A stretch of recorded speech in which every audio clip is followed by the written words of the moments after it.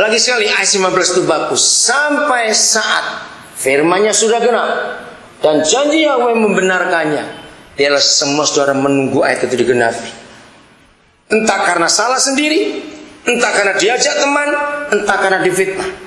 Apapun alasan kita masuk ke tempat ini, kalau kita bertobat sungguh-sungguh, Tuhan akan memulihkan itu. Yusuf adalah contoh yang paling indah. Dia nggak punya siapa-siapa, vonisnya seumur hidup, tapi karena dia setia kepada Bapa di surga, dia nggak benci kepada orang yang menjebloskan dia dalam penjara, dia nggak sakit hati. Maka itu sampai saat firman-Nya sudah genap dan janji Bapa membenarkannya, tunggu itu, maka akan ada kemuliaan yang luar biasa dalam hidup ini. Efesus pasal yang ke-5. Bagaimana cara kita hidup? Ayat yang ke-15 sampai 17. Saya akan bacakan pelan-pelan dan saya akan uraikan. Karena itu, suruh apa kita? Baca Alkitab saudara. Karena itu bagaimana? Perhatikanlah. Ini perintah. Karena itu perhatikanlah. Apanya yang kita harus perhatikan dalam hidup ini? Bagaimana? Perhatikanlah dengan seksama, dengan serius, dengan teliti, dengan sungguh-sungguh. Perhatikan apanya yang kita suruh perhatikan seksama. Bagaimana? Ayo baca. Kamu hidup. Oke, kita sudah salah dari waktu yang lalu. Jangan kita ngulangi kesalahan yang sama lagi. Perhatikanlah dengan seksama. Bukan bagaimana kamu makan, bukan bagaimana kamu pakai pakaian, tapi bagaimana kamu hidup. Artinya dalam kelakuan kita, perhatikanlah. Jumlah kita di tempat ini mungkin hanya seberapa persennya dari jumlah mereka yang belum percaya pada Tuhan Yesus. Betul tidak? Nah, sekecil-kecilnya jumlah kita, hanya kita yang disebut garam dunia oleh Tuhan Yesus, bukan mereka. Betul tidak? Sedikit-sedikitnya garam tetap akan ada rasa. Nah, biarlah semua saudara yang ada di sini jadi garam betul buat mereka. Perhatikanlah dengan seksama bagaimana kamu hidup. Jadi contoh. Kita jadi contoh. Maka itu serius sekali untuk hidup ini. Mungkin kalau saya berkata, tapi saya yakin pasti mereka akan sering cari gara-gara kepada saudara. Kira-kira ya atau tidak? Pasti sering cari gara-gara. Kenapa? Gara-garanya cuma satu. Mereka ingin melihat saudara marah. Begitu saudara emosi, begitu saudara bereaksi, langsung akan berkata, nah katanya Kristen. Katanya Kristen. Pernah dengar hal seperti itu enggak? Sama jawab, pernah enggak diantara saudara? Nah, diantara dengan mereka, maka itu mari. Begitu pula kalau nanti kita sudah keluar, ini latihan. Sekian semester kita di dalam sini, kita latihan. Saya ulangi, karena itu perhatikanlah dengan seksama bagaimana kamu hidup. Janganlah seperti siapa? Alkitab saudara bilang, janganlah seperti siapa? Orang bebal. Orang bebal itu kata lainnya apa? Ayo, kata lain orang bebal itu apa? Keras kepala. Betul, apa lagi? Orang bebal. Apa kata lainnya orang bebal? Ayo. Bebal, apa itu? Keras kepala, betul. Apa lagi yang lain? Bebal itu apa? Ayo. Berikan kata lain dari bebal. Keras kepala, betul. Yang lain apa? Apa? Bandel, betul. Susah diajar. Apa lagi? Bandel, keras kepala, susah diajar. Ayo, apa lagi? Ayo cepat. Bebal, apa itu? Oke, jangan seperti orang itu, tapi bagaimana?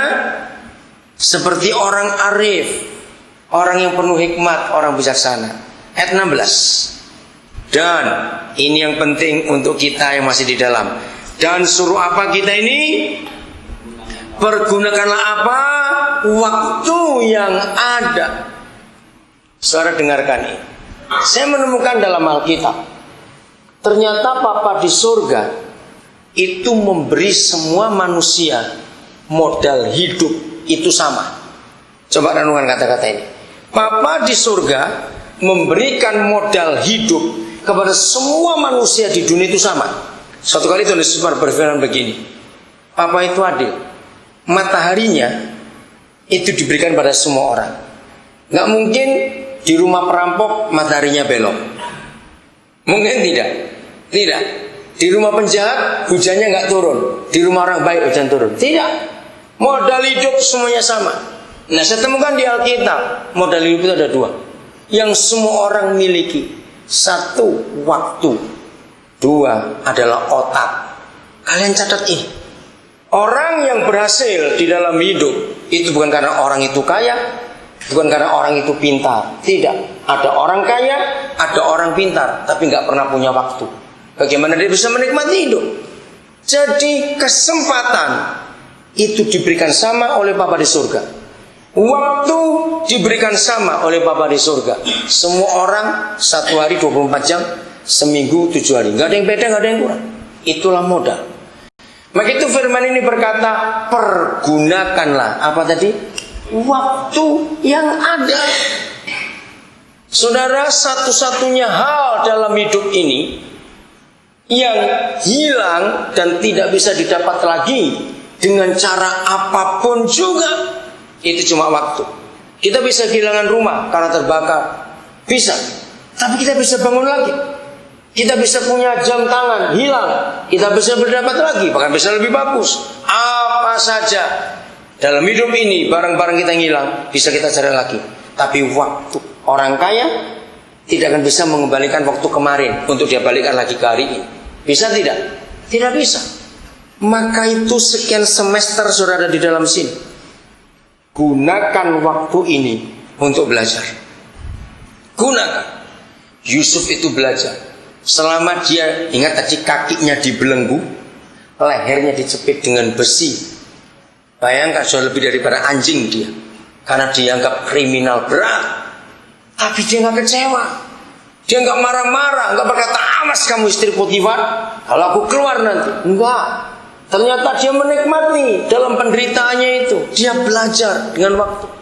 60% lebih surat-surat Paulus yang jadi firman Tuhan, saudara, itu ditulis waktu di dalam penjara. Paulus nggak nyesali nasib. Kenapa? Gara-gara aku melayani Tuhan aku di penjara. Tidak. Dia nikmati kesendiriannya di dalam kesepiannya itu untuk merenung, dan dia tulis firman itu. Dan kita punya firman itu sampai hari ini. Itu dia tulis dalam penjara karena dia mempergunakan waktunya dengan sebaik-baik. Nomor 2 itu otak. Otak itu modal yang hebat sekali. Maka itu kalau semua manusia dalam hidupnya bisa menggunakan waktu dan otaknya dengan baik, dijamin. Enggak usah Kristen, enggak usah berdoa, enggak usah. Buat apa saja yang dia mau, asal dia gunakan waktu dengan baik dan otaknya dengan baik digunakan, dia pasti akan berhasil. Renungkan ini. Menyesali nasib itu bagus, karena untuk kita belajar supaya sadar. Tapi menyesali nasib tidak mau maju itu bodoh. Catat ini baik-baik. Menyesali nasib untuk kita sadar, iya kenapa aku begini, lalu mendorong kita untuk maju, itu baik.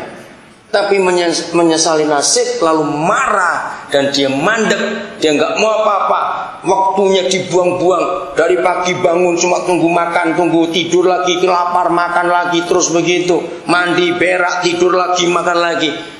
Lebih baik jadi anjing saja, lebih berharga. Betul tidak? Kok saya berkata ya? Jangan nyesali nasib lalu kita diam. Jangan, maju. Hari demi hari itu emas, katakan amin. Kalau kita bisa hitung setiap 24 jam yang kita punya untuk hidup, itu merupakan emas 10 kilo. Setahun kita punya berapa ratus kilo emas yang kita bisa pakai untuk hidup. Gunakan waktu dan otak kita sebaik-baiknya. Ya, saya teruskan ayat 16. Dan pergunakanlah waktu yang ada, karena hari-hari ini adalah jahat. Hari-hari yang jahat dalam hidup ini. Ayat 17. Sebab itu janganlah kita disebut apa? Bodoh. Bagaimana supaya tidak bodoh? Tetapi apa? Baca. Ayo, usahakanlah supaya kita mengerti kehendak Bapa di surga. Jadi bagi Bapa di surga, orang bodoh itu bukan orang nggak bisa baca tulis. Bagi Papa di surga, orang bodoh adalah orang yang nggak mengerti kehendaknya.